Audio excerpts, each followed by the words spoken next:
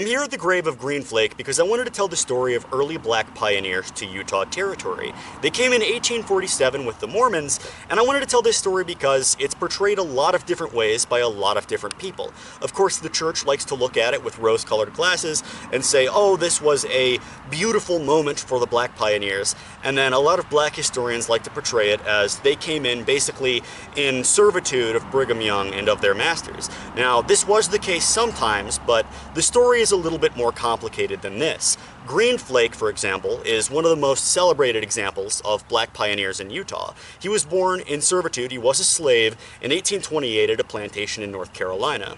Well, by the time he was 10 years old, he was given as a gift to the wife of the plantation owner, and the family embarked to Mississippi, which, because of Indian removal, had been opened up to white settlements. And while they're there, they meet a Mormon bishop by the name of John Brown, a kind of ironic name, who baptizes the whole family, including Green Flake.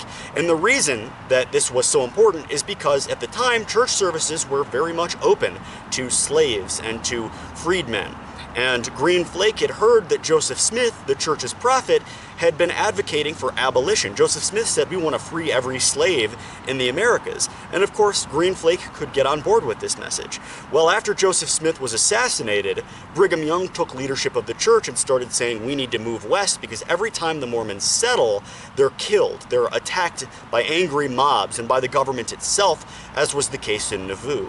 So they head over using Green Flake as a pioneer along with a couple of other freed black men. And when they reach Immigration Canyon, Brigham Young is sick.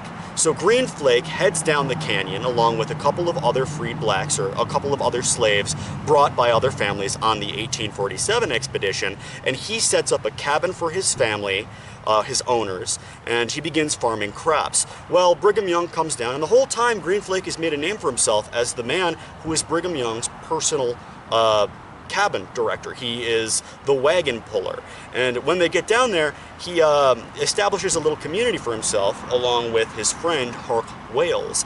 His name used to be Hark Lay, but he took a new name, and they're freed in 1862, and for a while they work as miners. They work up in the hills of Tooele because this was owned by non-LDS people, and he remains active LDS for the rest of his life, living up until the 1890s in Grays Lake, Idaho.